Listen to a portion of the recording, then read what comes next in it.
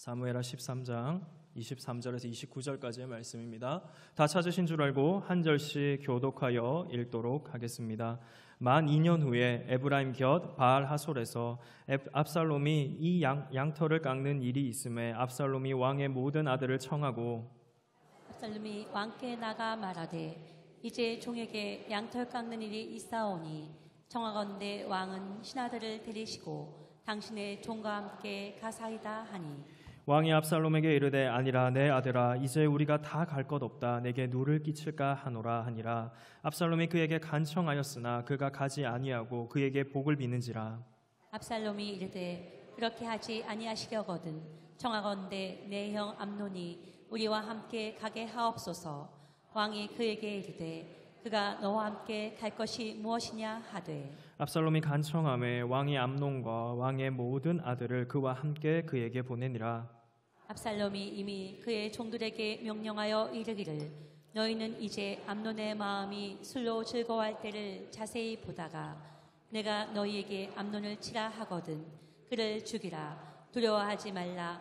내가 너희에게 명령한 것이 아니냐.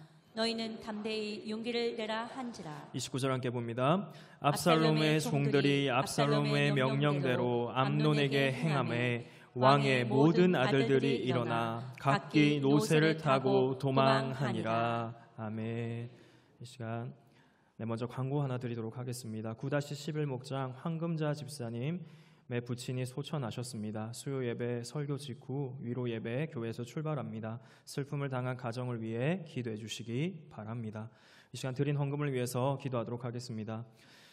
사랑이 많으신 주님, 이 시간 하나님께서 은혜를 주셔서 또 우리 가운데 물질을 구별하여 하나님의 손에 올려드립니다. 마땅히 하나님께서 받으셔야 할 이 물질을 주님 우리의 마음과 함께 드렸사오니 이 물질이 사용될 때 우리 열방교회가 더욱더 성장하고 성숙하고 부흥하고 발전하여 주님 앞에 영광이 되어지도록 붙잡아 주시옵소서. 그리고 아버지 드린 손길을 축복하사 드린 손길 위에 주님의 은혜가 더욱더 충만하고 더욱더 주님께서 함께 하심을 날마다 경험하는 삶 될 수 있도록 주님 주장하여 주시옵소서. 오늘 아버지 시간 함께 말씀 듣습니다. 듣는 가운데 주님의 위로와 주님의 역사하심으로 더욱 우리 안에 오직 예수만 따라 사는 인생 되도록 주님 은혜 주옵소서. 감사하오며 예수님의 이름으로 기도합니다. 아멘.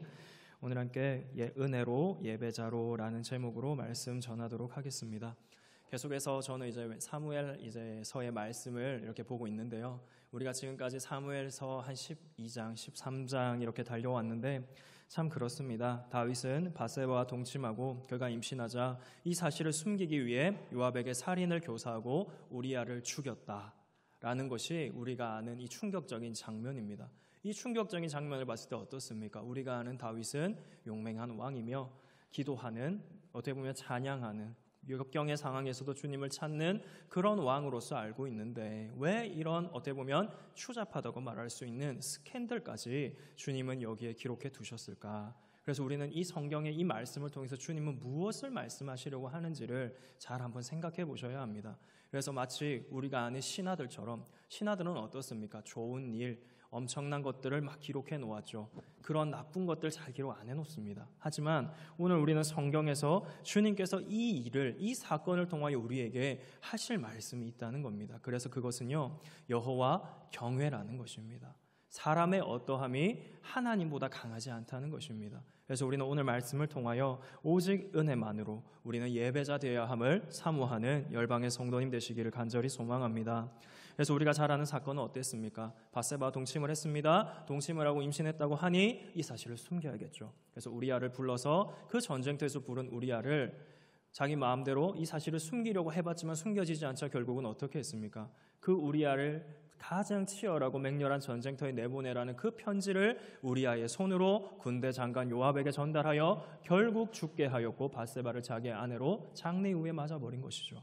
이 모든 것을 주님은 보고 계셨고 알고 계셨고 듣고 계셨습니다. 그리고 다윗을 책망하시는데요. 그 책망하신 다음에 주님은 다윗이 피 흘린 죄를 범했지만 용서해 주신다고 하셨습니다. 주님은 당신이 죽지 아니하려니와 라는 말씀과 함께 그는 죽지 않겠지만 그의 가정 안에 이 죄로 말미암아 보응이 있다는 것을 알려주셨습니다. 이 죄의 보응은 무엇이었냐면요, 첫 번째가 그 아들이 우리아가 바세바가 낳은 아들이 죽는 것이었고요. 두 번째는 너는 은밀하게 행했지만 나는 네가 한 일을 백주에 하게 할 거야 라는 것과, 그리고 칼이 떠나지 않는 것이었습니다. 그런데 주님은요, 이러한 무서운 죄의 보응도 말씀하셨지만 은혜를 주셨음도 말씀하셨습니다. 그것이 어디서 나오냐면요, 다윗과 바세바의 죄가 용서받았음을 알려주시기 위하여 그들에게 또 다른 아들을 주셨습니다. 그가 우리가 잘 아는 솔로몬입니다.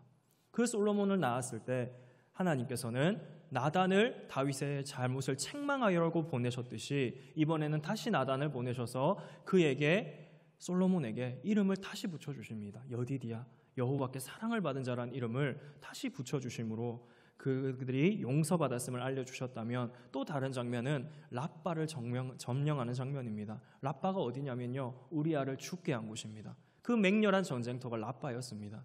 그런 랍바를 결국은 점령하게 하심으로 다윗은 거기서 빼앗은 왕관을 쓰게 하시더라, 용서받았더라라는 것입니다. 하지만 성도님들, 죄가 무서운 것은 이제부터 시작이 된다는 겁니다. 그는 용서를 받았습니다. 죽지 않습니다.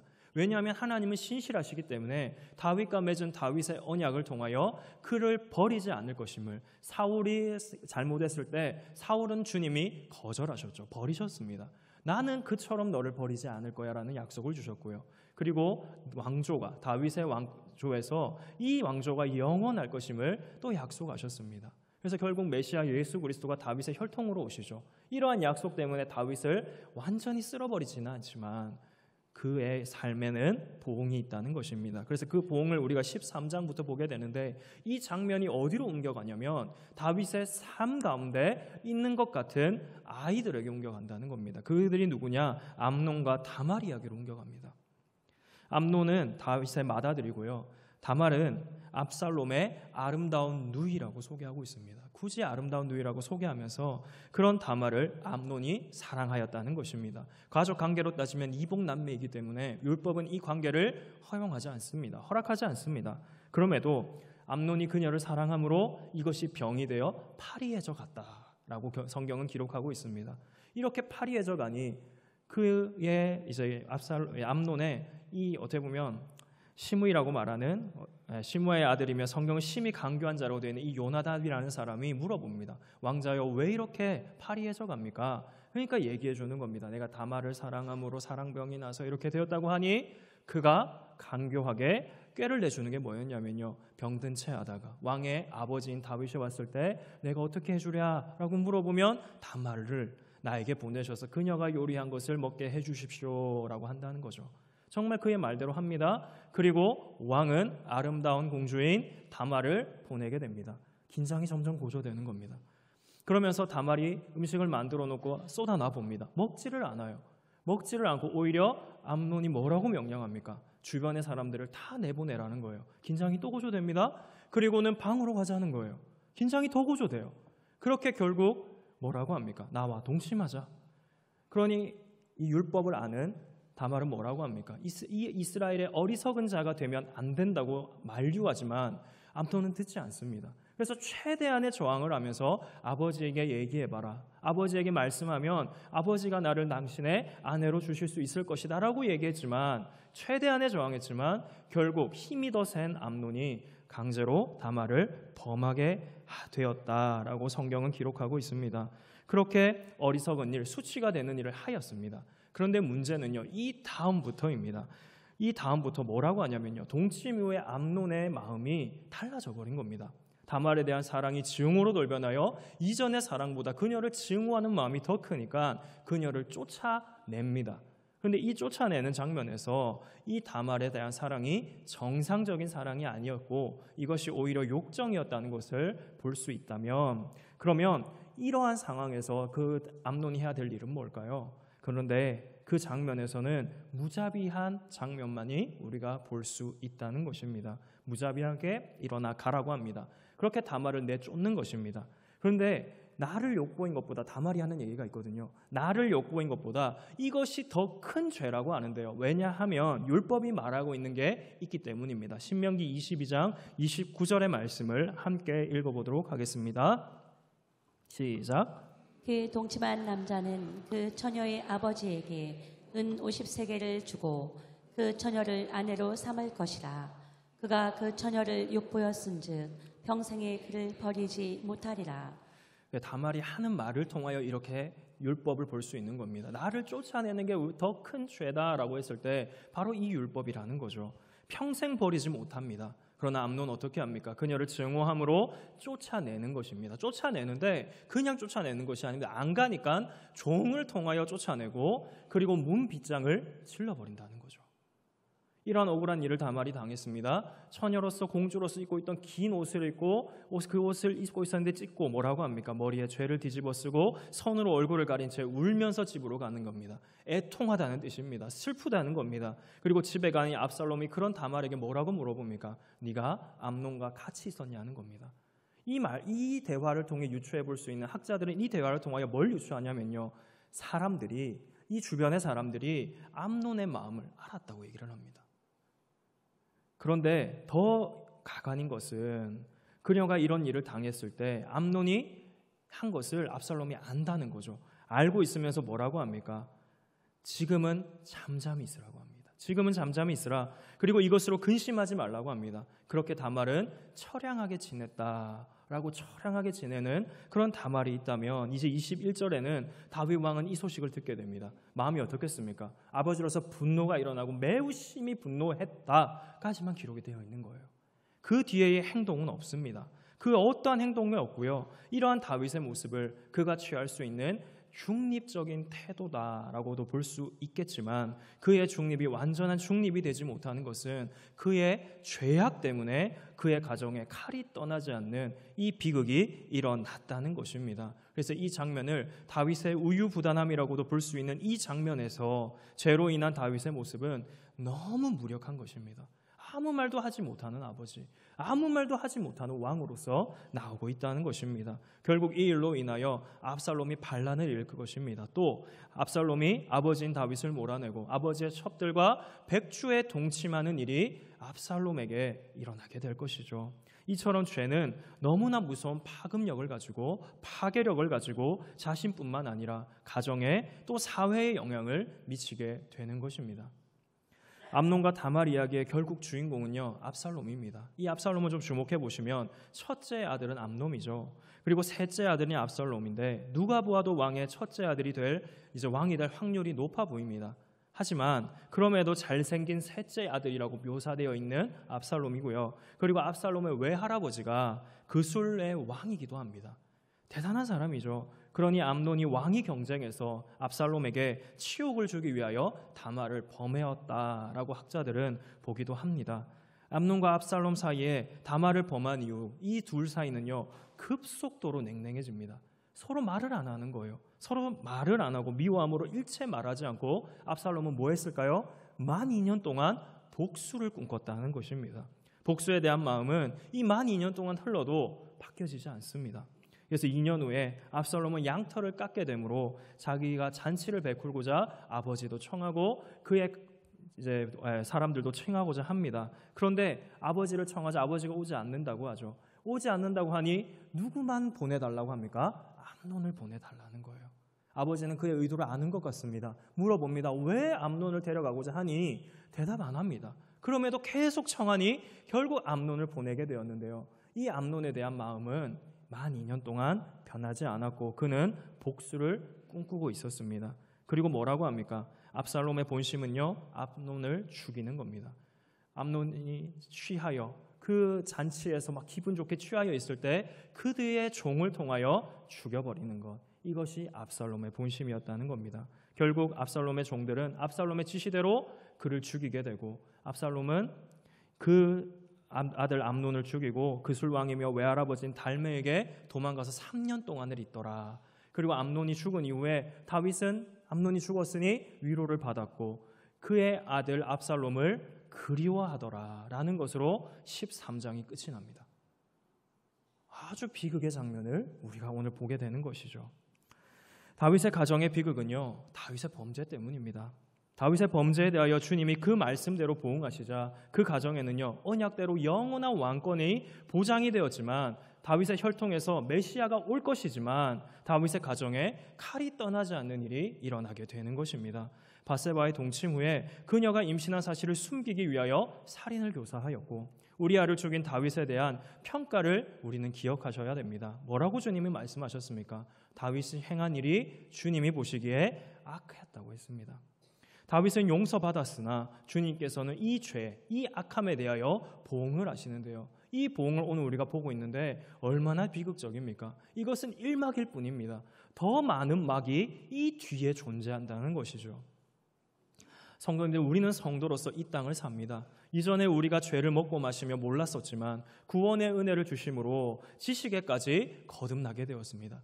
이전에 죄를 먹고 마시며 죄와 뒹굴던 우리의 삶이 우리 주 예수 그리스도의 은혜로 거듭났다는 것이죠. 지식에까지 거듭나서 이제는 죄가 무엇인지를 알게 되었습니다. 하나님의 말씀대로 순종하지 않는 것, 관역을 빗나가는 화살, 그것이 우리는 죄라는 것을 알고 있습니다. 순종하지 않는 것이 죄라는 거 아닙니까? 그래서 성도는 말씀에 순종하여 죄를 짓지 않도록 하는 이 일에 민감하셔야 함을 믿으시기 바랍니다. 우리가 민감해야 할 것은 돈과 명예의 문제가 아니라는 것입니다. 이것들은 오히려 주님께서 먼저 그 나라와 그 일을 구하라, 그리하면 뭐라고 하셨습니까? 이것을 다 더하여 준다고 하셨죠. 우리 같이 이 말씀 한번 읽어보겠습니다. 마태복음 6장 33절입니다. 같이 읽습니다. 시작. 그런즉 너희는 먼저 그의 나라와 그의 의를 구하라. 그리하면 이 모든 것을 너희에게 더하시리라. 그래서 영어 성경으로 이 말씀을 보시면요, 이것들을 우리에게 덤으로 주실 것이라고 해석이 될 것입니다. 덤으로 주신대요. 먼저 그 나라와 그 의를 구하여 살면 주님은 은혜를 주겠다는 것이죠. 그래서 우리에게 구하라고 하신 것은 먼저 그 나라와 그 의라는 것입니다. 그럼에도 불구하고 우리는 내가 만든 신을 섬기고 따라가고 있다는 것입니다. 그 신은 누구일까요? 나입니다. 내가 만든 신은 나예요. 이것은 우리의 삶의 목적과 방향을 볼 때 누가 신인지를 알 수 있습니다. 주님은 이런 말씀을 또 하셨죠. 마태복음 6장 21절입니다. 같이 읽습니다. 시작. 내 보물 있는 그곳에는 내 마음도 있느니라. 보물이 있는 그곳에 우리의 마음이 있다고 합니다. 우리가 소중하게 가치 있게 여기는 곳에 우리는 돈을 투자하죠. 가치 있게 여기는 곳에 우리는 시간을 씁니다. 그래서 제가 생각해보니 제 아내와 딸을 사랑하니까 맛있는 걸 보면요, 생각이 날까요, 안 날까요? 대답을 못 하시네요. 생각 안 나세요? 나거든요. 납니다. 그리고 저는 지나가는 아이들만 보면요, 제 딸이 생각이 나는 거예요. 아까도 저기 특송하는데 아이가 걸어가는데 저희 딸 아직 못 걷거든요. 걸음만 이제 좀 하려고 그러거든요. 그러니까 빨리 걸으면 데려가고 싶은 곳이 너무나 많은데 이런 마음으로 아이들을 본다는 것이죠. 그러면서 며칠 전에는요, 제 아이가 너무 예쁜 목소리로 말문이 트여서 아빠를 불러줬습니다. 아빠를 불러줬어요. 이번에는 착각이 아니었어요. 그렇게 막 어머니랑 아내랑 이 아빠라는 얘기를 같이 들었는데요, 이게 뭔지 알았습니다. 뇌리에 박히는 게 이거구나. 따라하지 못할 말로 아빠 이러는데요, 야, 이게 얼마나 놀라고 큰지 모릅니다. 그러면서 이 걷기만 하고 데려가고 싶은 곳이 많은 이 딸, 그러면서 아침에 출근을 하면요, 이 딸이 빵실빵실 웃으면서 또 있잖아요, 말해줄까 싶어하고 막 말도 거니까 출근하기 어렵습니다. 하지만 어떻게 해요? 출근을 해야죠. 예배를 인도해야 될 거 아닙니까? 와야 되잖아요. 우리 딸이 그렇습니다. 그런 마음을 억누르고 아침에 문을 열고 나온다는 것이죠. 발이 잘 안 떨어질 때가 있습니다. 그런데요, 잘 생각해 보면 그렇다는 거죠. 이것이요, 저에게 허락해 주신 은혜라는 사실입니다. 내가 어떤 노력을 해서 얻은 게 아니라는 것을 저는 인정합니다. 그럼에도 우선순위는 바뀌어질 수 없다는 것입니다. 성도님들, 우리의 우선순위는 뭘까요? 제가 아무리 제 딸을 사랑하고 제 아내를 사랑한다 할지라도 저의 우선순위는 이 모든 은혜를 누리게 하시는 하나님은 밖에는 없다는 것을 믿으시기 바랍니다. 하나님께서 아름다운 아내를 허락해 주시고 귀한 딸을 허락해 주셔서 누릴 수 있는 것이지 나의 노력을 통하여 이것을 얻을 수 있는 것이 아니라는 것입니다. 이것을 우리는 하나님의 섭리라고 말하고 이 섭리를 어떻게 합니까? 인정하며 이 섭리 안에 살아가려고 하는 것입니다. 이것을 우리는 지식에까지 거듭난 성도됨이라고 얘기합니다. 그래서 오히려 주님의 은혜 안에 있으면 주님께서 은혜 주심을 알기에 가정을 볼 때 저는 더욱더 주님을 의지할 수밖에 없음을 믿으시기 바랍니다. 그런데 우리는 아까도 말씀드렸듯이 내가 만든 신이 있습니다. 그 내가 만든 신을 성경은 뭐라고 하는지 골로새서 3장 5절에서 6절의 말씀을 함께 보겠습니다. 시작. 그러므로 땅에 있는 지체를 죽이라. 곧 음란과 부정과 사욕과 악한 정욕과 탐심이니 탐심은 우상 숭배니라. 이것들로 말미암아 하나님의 진노가 임하느니라.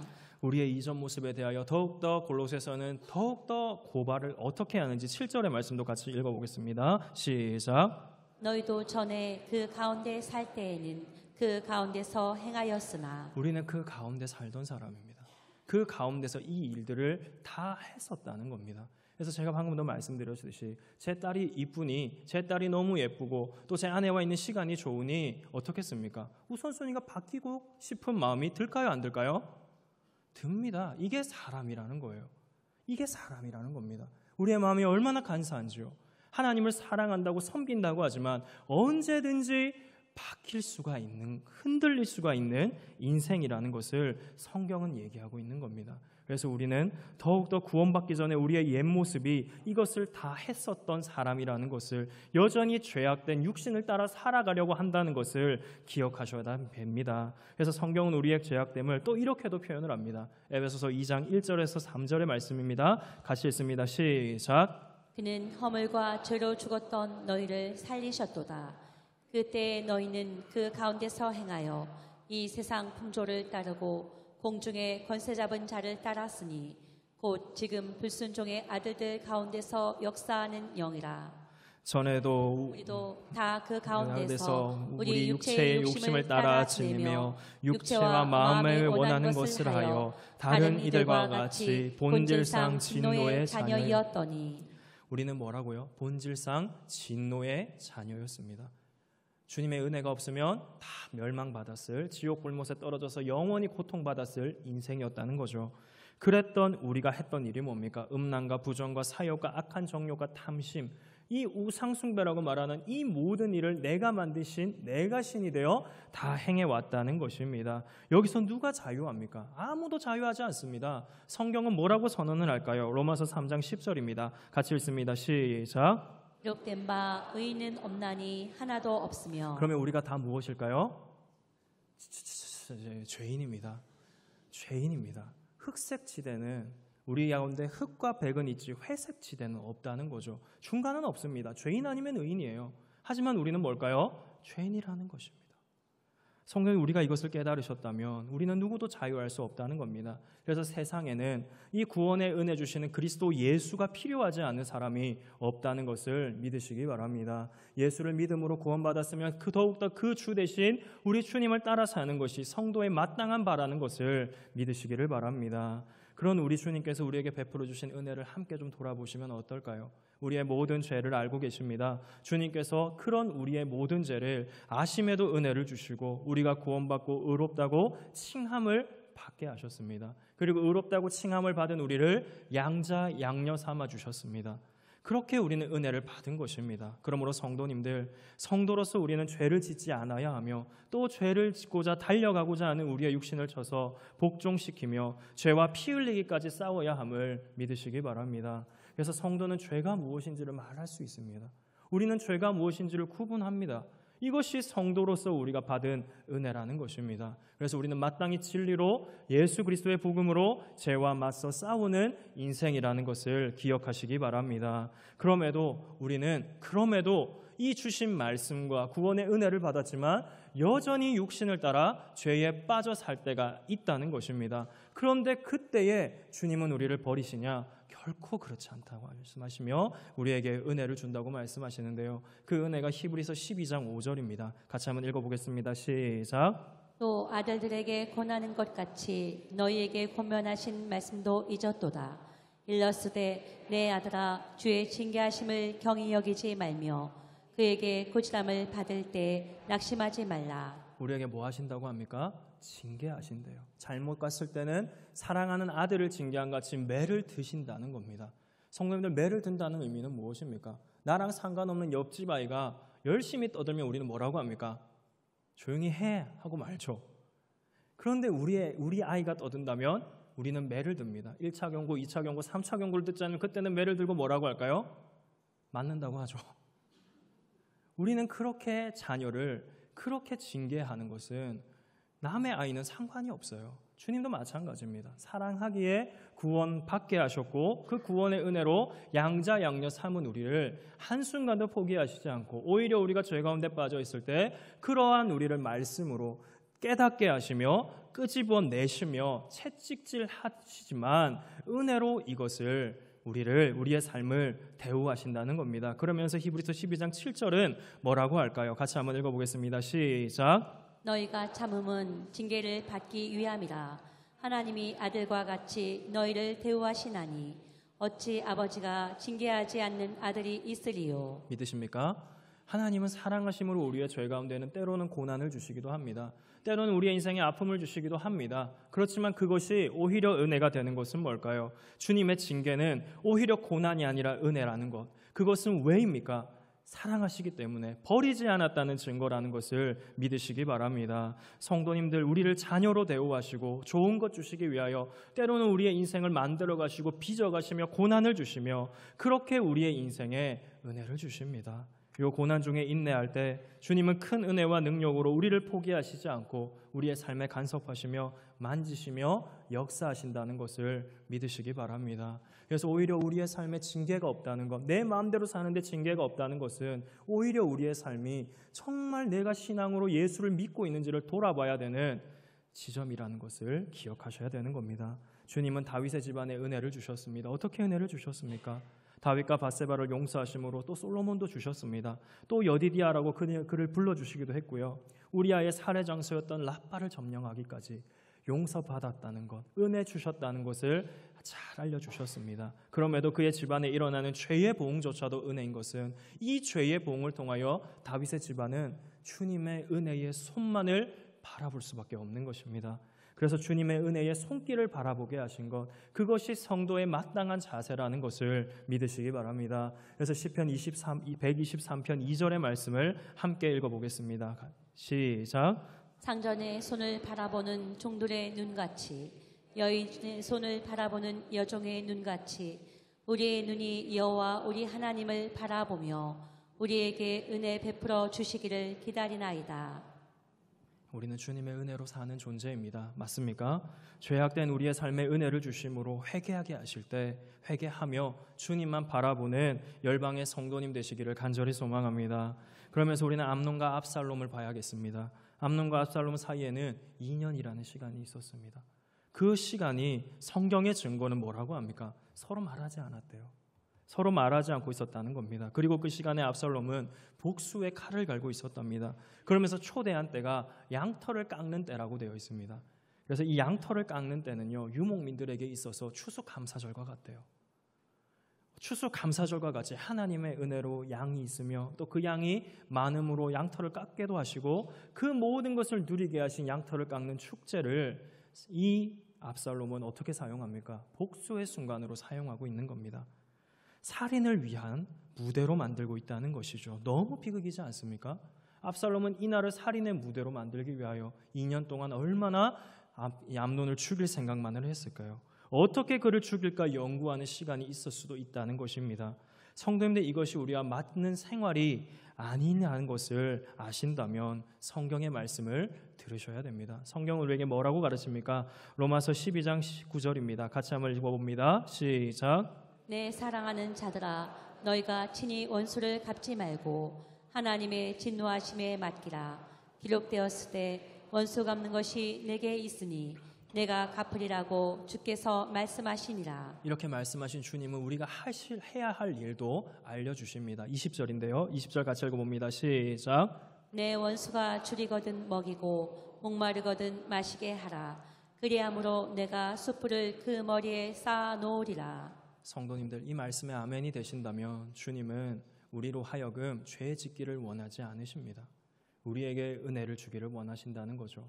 그래서 오히려 이 말씀을 통하여 더욱더 우리 안에 더 이상 제2의 제3의 압살롬이 되지 않도록 암논과 같은 사람이 암논과 같은 인생이라 할지라도 그리스도 예수 안에서 주님의 형상임을 깨닫게 하심으로 마음과 생각과 우리의 입으로 휘둘렀던 수많은 칼들이 놓아지고 그들을 축복할 수 있는 마음이 회복되어야 함을 믿으시기 바랍니다.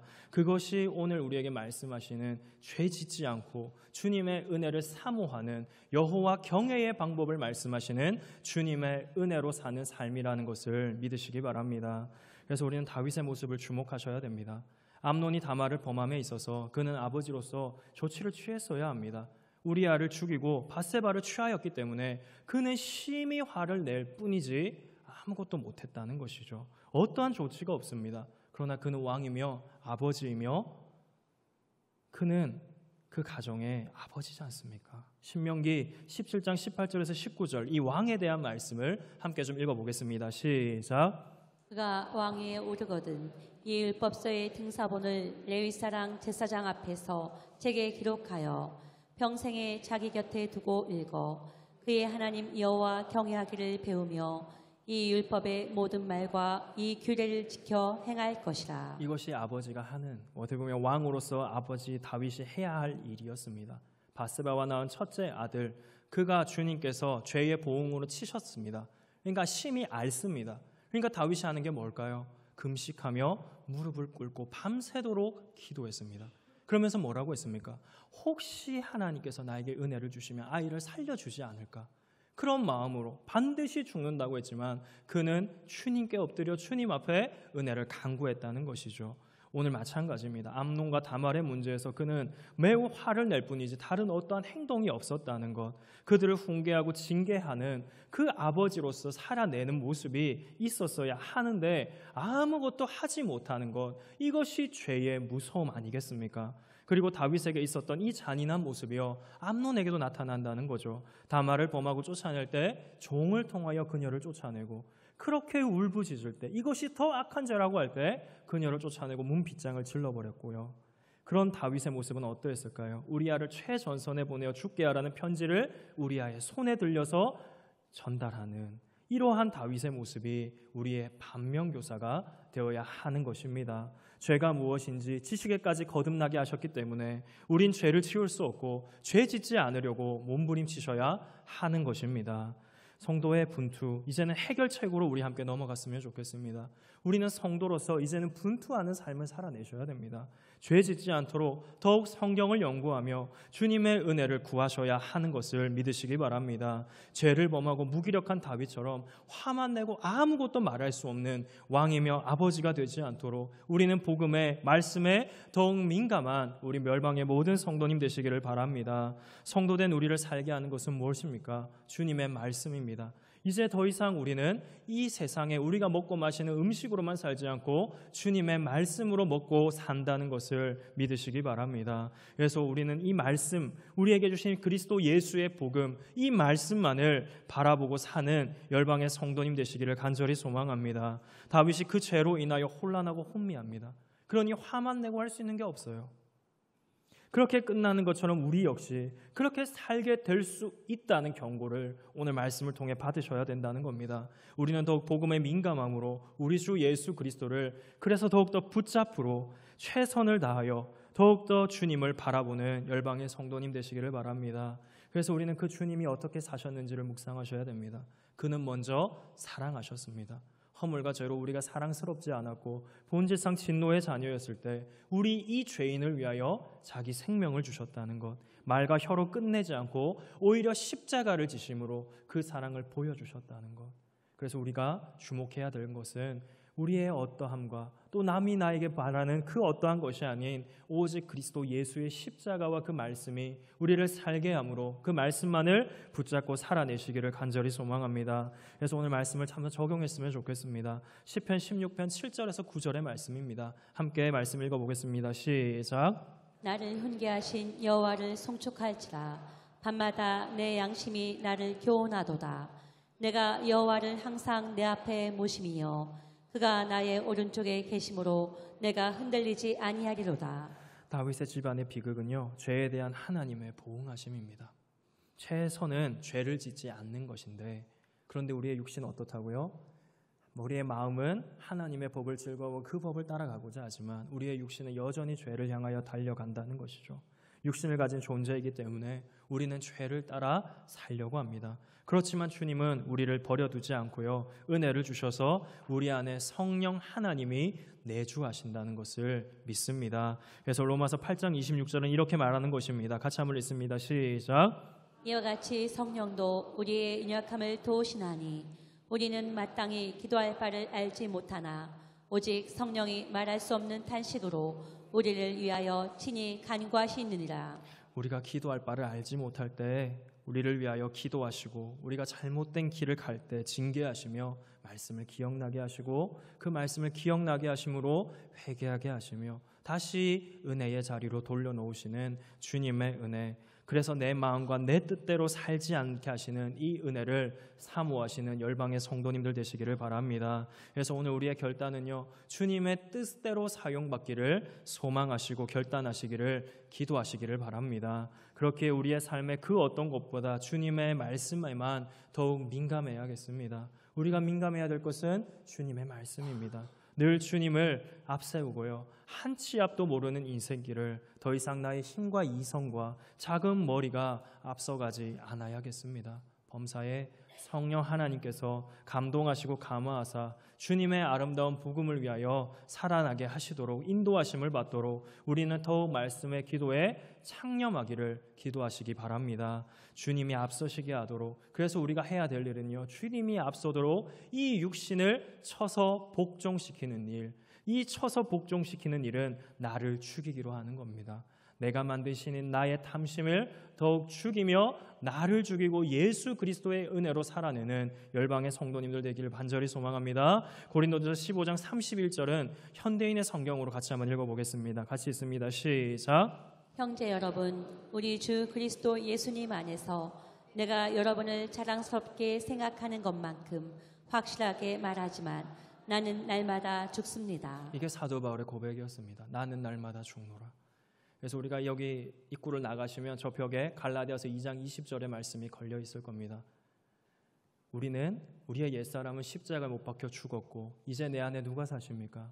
그리스도 예수가 사는 것이라. 이제 내가 사는 것은 나를 사랑하사 나를 위하여 자기 몸을 찢으시고 죽으신 예수 그리스도를 위하여 산다고 우리는 얘기하죠. 그 말씀대로 우리는 죽어야겠습니다. 그래서 오늘 우리는 우리의 삶에 우리의 자아의 죽음을 맛보기를 원하며 함께 신앙생활을 예배자로 살아내시기를 간절히 소망합니다. 그러면서 우리는 또 한 가지 기억하셔야 될 것은 오리무중이라는 사자성어 아시죠? 오리, 꾀깨기 아니라요, 1, 2는 이제 한 400몇 미터, 그래서 오리는 약 1.963636km랍니다. 2km죠. 2km. 여러분 2km 정도 되는 안개 가운데 있다는 것입니다. 어떨까요? 제가 운전을 하다가 안개가 낀 적이 있습니다. 아무것도 안 보여요. 보이는 게 불빛밖에 없습니다. 저 불빛이 가까운가, 뭔가 한참 보면 조금 있다가 차가 지나가요. 모르겠더라고요. 거리감이 없습니다. 어떻게 가시겠습니까? 무엇이 어떻게 튀어나올 줄 알고 여러분 하루의 인생의 그 걸음을 뛰어가시겠습니까? 경험을 의지하겠습니까? 이 경험에 대해서도 생각해 보셔야 되는 것은 우리가 밤에 목이 말라서 불을 켜지 않고 그 냉장고에 가가지고 물을 딱 꺼내서 먹다가 어떻게 됩니까? 경험이 없으시죠? 부딪히거든요. 저는 부딪힌 적이 있습니다. 컵도 깨본 적이 있어요. 다리를 다친 적도 있습니다. 그리고 저희 교회, 우리 전에 교회 성도님 중에서는 이것 때문에 넘어져서 팔이 부러진 분이 계셨어요. 우리가 생활하는 익숙한 공간이에요. 하지만 불이 꺼지면 익숙하지 않아지는 거예요. 성도님은 어떻습니까? 그런 나약한 인생이라는 거예요. 내가 익숙한 공간조차도 불을 끄면 보이지 않는 그런 인생, 아무것도 할 수 없는, 의지할 것밖에 없는 인생이라는 겁니다. 우리는 하나님을 경외할 수밖에 없는 인생임을 믿으시기 바랍니다. 그렇다면 다윗의 범죄로 인한 보응이 은혜임에도 얼마나 아픈지를 우리는 보셨습니다. 이 아픈 보응은 보응이지만 그럼에도 은혜이기에, 그렇기 때문에 더욱 주님만을 바라볼 수밖에 없는 다윗의 삶이었다면 그런 죄 가운데 살지만 여전히 은혜를 베푸시는 주님의 손을 바라보고 의지할 뿐인 것밖에 없는 인생이기에 은혜 주시는 주님을 우리 역시 경외하셔야 함을 믿으시기 바랍니다. 경외하기 때문에 성도는 성도의 삶이 예배자가 될 수밖에 없습니다. 우리의 삶의 예배자가 될 수밖에 없다는 것입니다. 어제보다 오늘 더 주님 바라보려고 주님만 붙잡으려고 살아낼 수밖에 없는 예배와 말씀의 자리를 지키며 묵상하며 오늘도 우리의 삶을 붙잡고 계신 주님께서 우리에게 깨닫게 하시는 죄와 또 우리에게 깨닫게 하시며 은혜 주시는 이 은혜를 붙잡고 주님은 여전히 내 삶에 역사하신다고 함께 이 신앙의 고백을 드리며 고백하게 하시는 삶의 고백을 가지고 우리는 예배자로 살아내야 함을 믿으시기 바랍니다. 그래서 우리의 삶의 예배는요, 교회 안에서만 드려지는 게 아니라는 겁니다. 교회 안에서가 아닌 나의 삶의 현장에서, 그 현장에서 주님께서 나에게 주시는 은혜를 붙잡고 그것이 죄라고 알게 하시고 깨닫게 하신다면 다시 회개함으로 나를 여기까지 인도하시는 주님의 은혜가 나를 통하여 더욱더 아름답게 증거되는 우리의 삶의 곳곳 모든 곳에 우리의 삶의 예배가 확장되게 되는 예배자 되어야 함을 믿습니다. 그래서 오늘 열방에서 모든 성도님들 함께 이 말씀을 이렇게 적용하시면서 은혜로 예배자로 살아내시기를 바랍니다. 여전히 우리의 삶에 어려움이 있기 때문에 여전히 우리의 삶에 주님께서는 은혜 주시기를 원하십니다. 그래서 오늘의 말씀을 통하여 가장 은혜 주시기 원하시는 주님은 우리에게 죄 짓지 말라고 합니다. 그렇게 우리는 죄 짓지 않아야겠지만 죄를 따라 살 수밖에 없는 우리의 삶이기에 더욱더 주님만을 바라볼 수밖에 없죠. 그래서 함께 우리 이 찬양하시면서 함께 우리 주님께서 우리의 삶에 담아주시는 아름다운 은혜를 함께 좀 고백했으면 좋겠습니다.